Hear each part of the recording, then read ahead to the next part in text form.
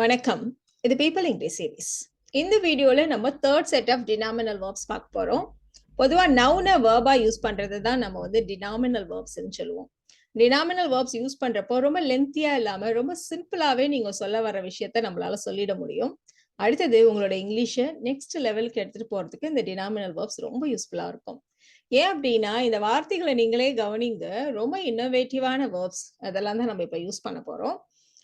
First நம்ம பார்க்க போறது, அவ படுக்கையில் போர்வையை விரித்தாள் அப்படின்னு நம்ம சொல்ல போறோம். போர்வை அப்படின்னா பிளாங்கெட். பெட்ல எல்லாம் விரிக்கிறத நம்ம பெட் ஸ்ப்ரெட்ன்னு சொல்லுவோம். ஸோ ரெண்டுக்கும் ஒன்றும் வித்தியாசம் இல்லை. போர்வைங்கிறது சின்னதா இருக்கும், பெட் ஸ்ப்ரெட் கொஞ்சம் பெருசா இருக்கும். பிளாங்கெட்டை விட பெட் ஸ்ப்ரெட் பெருசா இருக்கும், அவ்வளவுதான் வித்தியாசம். மற்றபடி சினானிமஸ் வேர்ட்ஸ் தான். ஸோ போர்வைங்கிறத பிளாங்கெட்னு சொன்னோம். அந்த விரிக்கிறது, அதை விரிக்கிறதுன்ற அந்த ஆக்ஷனுக்கும் அதே வார்த்தையவே நம்ம வேர்பா யூஸ் பண்ண போறோம். சோ அவ படுக்கையில் போர்வையை விரித்தாள் அப்படிங்கறத சாதாரணமா நம்ம எப்படி சொல்லலாம்? She spread the blanket on the bed அப்படின்னு நம்ம சொல்லுவோம் இல்லையா? சோ on the bed இந்த மாதிரி onங்கிற ப்ரெபோசிஷன்லாம் சேர்த்து தான் நம்ம சாதாரணமா சொல்ல முடியும். பட் இதே இடத்துல பிளாங்கெட்டுங்கிற வார்த்தையை வேர்பா யூஸ் பண்றப்போ she blanketed the bed அவ்வளவுதான். She blanketed the bed. ரொம்ப சிம்பிளா இருக்கு இல்லையா? சோ blanket அப்படிங்கிறது டு கவர் சம்திங், எதையாவது ஒண்ணு அப்படி மூடு நாப்புல ஃபுல்லா அதை கவர் பண்றது. இப்போ கார் ரொம்ப நாளா யூஸ் பண்ணாம ஒரு கார் இருக்கு அப்படின்னா அது அப்படியே தூசியால மூடப்பட்டிருந்தது, ஃபுல்லா தூசியா இருந்துச்சு அப்படின்னு சொல்றதுக்கு the car was blanketed with dust. The car was blanketed with dust இப்படி நம்ம சொல்லுவோம்.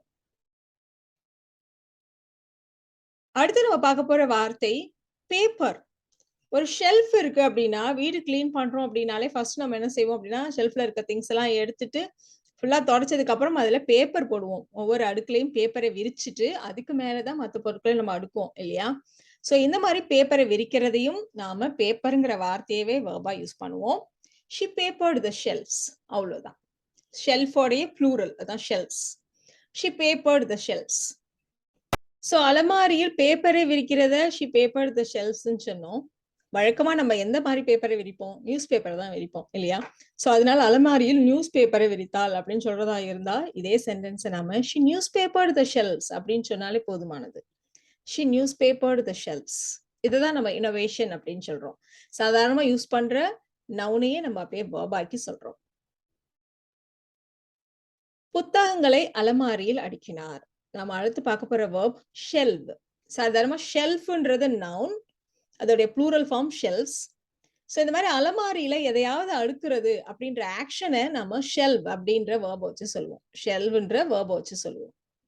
சோ புத்தகங்களை அலமாரியில் அடுக்கினார் அப்படின்றத நம்ம சாதாரணமா எப்படி சொல்லுவோம்? he arranged the books in the shelf அப்படின்னு நம்ம சொல்லுவோம் இல்லையா? in the shelf இந்த மாதிரி எல்லாம் ப்ரெபோசிஷன் எல்லாம் சேர்த்து நம்ம சொல்ல வேண்டியிருக்கும். அந்த மாதிரி இல்லாம ஷெல்வ்ன்ற வார்த்தையை வேர்பா வச்சு he shelved the books அவ்வளவுதான். he shelved the books. So அலமாரியில அடுக்கிறதும் இல்லாம வேற எங்கேயாவது அடுக்கி அரேஞ்ச் பண்றத கூட நம்ம இந்த ஷெல்வ்ங்கிற வார்த்தையை வச்சே சொல்லலாம். நம்ம சாதாரணமா இந்த மாதிரி வீட்டுல விண்டோ ஸ்டில் இருந்தா அங்க கூட சில பொருட்கள் அழகா அடுக்கி வச்சிருப்போம். இப்ப ஃபார் எக்ஸாம்பிள் இந்த மாதிரி புக்ஸை விண்டோ ஸ்டில்லில் அடுக்கி வைத்தார் அப்படின்னு சொல்றதா இருந்தா he shelved the books on the window sill. he shelved the books on the window sill. இந்த ஷெல்வுக்கு இன்னொரு அர்த்தம் கூட இருக்கு. இது டினாமினல் வேர்ப் இல்ல. டினாமினல் வேர்ப்னா அதே அர்த்தத்திலேயே நம்ம யூஸ் பண்ணுவோம். இப்ப இந்த இடத்துல நாம ஷெல்வ்ன்றத எந்த அர்த்தத்துல யூஸ் பண்றோம்னா கிடப்புல போடுறது. ஒரு விஷயத்த கண்டினியூ பண்ணாம அப்புறம் பாத்துக்கலாம் அப்படின்னு அப்படி போட்டு வச்சிடுறது. சோ அரசு ப்ராஜெக்ட் ஏதோ ஒரு ப்ராஜெக்ட் பண்ணிட்டு இருந்தாங்க, அதை அப்படியே போட்டுட்டாங்க. அரசு திட்டத்தை கிடப்பில் போட்டுள்ளது. The government has shelved the project. The government has shelved the project. இப்படி கூட நம்ம சொல்லலாம். அடுத்து நம்ம பார்க்க போற டினாமினல் வேர்ப் பாக்கெட். பாக்கெட் அப்படின்னா சட்டை pocket, pant pocket, noun. But அதுல எதையாவது போடுறது, put something into your pocket, அதையும் நாம பாக்கெட்ன்ற வேர்ப் வச்சு சொல்லுவோம். சோ சாதாரணமா கீயையோ இல்லைன்னா ஏதாவது சேஞ்ச் இருந்ததானா அதையும் நம்ம பாக்கெட்ல போடுவோம் இல்லையா? சில்லறையை எண்ணாமல் பாக்கெட்டில் போட்டான். he put the change into his packet அப்படின்னு சொல்றதுக்கு பதிலா தான் he pocketed the change without counting it. he pocketed the change without counting it. யார்கிட்டயாவது எதையாவது வாங்கிட்டு வர சொல்லி காசு கொடுப்போம். மீதியை நீ வச்சுக்கோ அப்படின்னு சொல்லுவோம் தாராளமா இல்லையா? எனக்கு கொஞ்சம் சாக்லேட் வாங்கிட்டு மீதியை நீயே வச்சுக்கோ. buy me chocolates and you can pocket the rest. நீ உன் பாக்கெட்ல வச்சுக்கலாம், நீயே வச்சுக்கலாம். buy me chocolates and you can packet the rest. அடுத்து நம்ம பார்க்க போற வார்த்தை cradle. cradle அப்படின்னா தொட்டில். குழந்தைய தொட்டில்ல போடு. தொட்டில் அப்படின்னா cradle சொன்னோம். தொட்டில்ல போடுறது அந்த ஆக்ஷனுக்கும் நம்ம cradleங்கிற வார்த்தையவே யூஸ் பண்ண போறோம். ஸோ குழந்தைய தொட்டில்ல போடு அப்படின்னா cradle the child. அவ்வளவுதான். இந்த மாதிரி டினாமினல் வேர்ப்ஸ் எல்லாம் பாத்தீங்கன்னா ஜென்ரலாவே இதோடைய பாஸ்ட் டென்ஸ்க்கு நம்ம ஜஸ்ட் இடி இல்ல டி சேர்ப்போம் அவ்வளவுதான். இப்போ இதே பாஸ்ட் டென்ஸ்ல சொல்றதுக்கு அவ குழந்தையை தொட்டிலில் போட்டாள் அப்படின்னு சொல்றதா இருந்தா she cradled the child. she cradled the child. So குழந்தைய தொட்டில்ல போடுறத cradle the childன்னு சொன்னோம். பெட்ல போடுறதா இருந்தா ரொம்ப சிம்பிள், bed the child. அவ்வளவுதான்.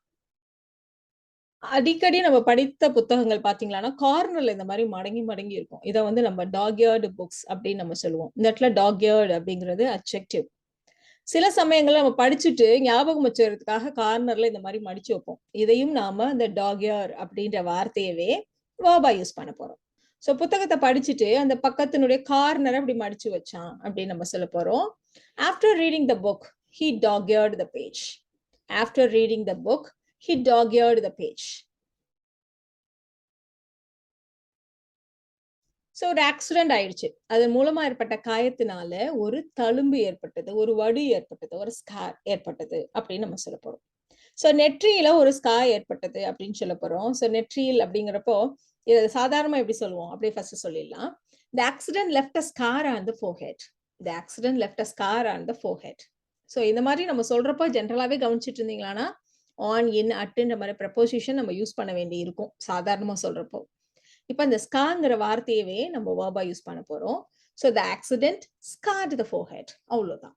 The accident scarred the forehead. நீங்க ஃபர்ஸ்ட்ல இருந்து கவனிச்சுட்டு வந்தீங்களானா ரொம்ப சிம்பிளா ஆயிடும் இந்த சென்டென்சஸ் டினாமினல் வேர்ப்ஸை யூஸ் பண்றப்போ. நர்ஸ், ஒரு காயம் ஏற்பட்டுச்சு அப்படின்னா அது மேல கட்டு போடுவாங்க இல்லையா, பேண்டேஜ். ஸோ அதே வார்த்தையை நம்ம வேர்பா யூஸ் பண்ண போறோம் இப்போ. Nurse bandaged his wound. The nurse bandaged his knee. எப்படி வேணா சொல்லலாம். முட்டியில கட்டு போட்டாங்க, இல்ல காயத்து மேல கட்டு போட்டாங்க, எப்படி வேணா சொல்லலாம் இல்லையா. So the nurse bandaged his knee. Garland. garlandனா மாலை. மாலை அணிவிக்கிறது அந்த ஆக்ஷனையும் நாம garlandங்கிற வார்த்தையை வச்சே சொல்ல போறோம். ஸோ அரசியல் தலைவருக்கு மக்கள் மாலை அணிவித்தனர். People garlanded the politician. People garlanded the politician. இதே மாதிரி வளைவு வளைவா நம்ம வந்து தோரணங்கள் கட்டுவோம். மாவிலை தோரணங்களா இருக்கலாம், இல்ல அலங்கார விளக்குகள், சீரியல் லைட்ஸ், அத தோரணமா வளைவு வளைவா கட்டினாலே அது தோரணம்னு நம்ம சொல்லுவோம் இல்லையா. இல்லைன்னா பலூன்ஸ் அந்த மாதிரி கட்டி இது மாதிரி பண்றதெல்லாம் நம்ம வந்து தோரணங்கள்னு சொல்லுவோம். இங்கிலீஷ்ல அதை நம்ம ஃபெஸ்டூன் அப்படின்னு சொல்ல போறோம். So ஃபெஸ்டூன்.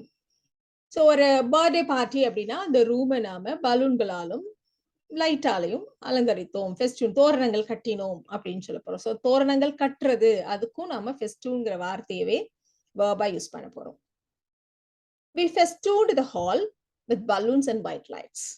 We festooned the hall with balloons and white lights. So இந்த வீடியோல நாம சாதாரணமா நவுனா இருக்கிற வார்த்தைகளையே வேர்பா யூஸ் பண்ற மாதிரி டினாமினல் வேர்ப்ஸ் செட் 3 பார்த்தோம். இந்த வீடியோ உங்களுக்கு யூஸ்ஃபுல்லா இருக்கும்னு நினைக்கிறேன். Thank you so much.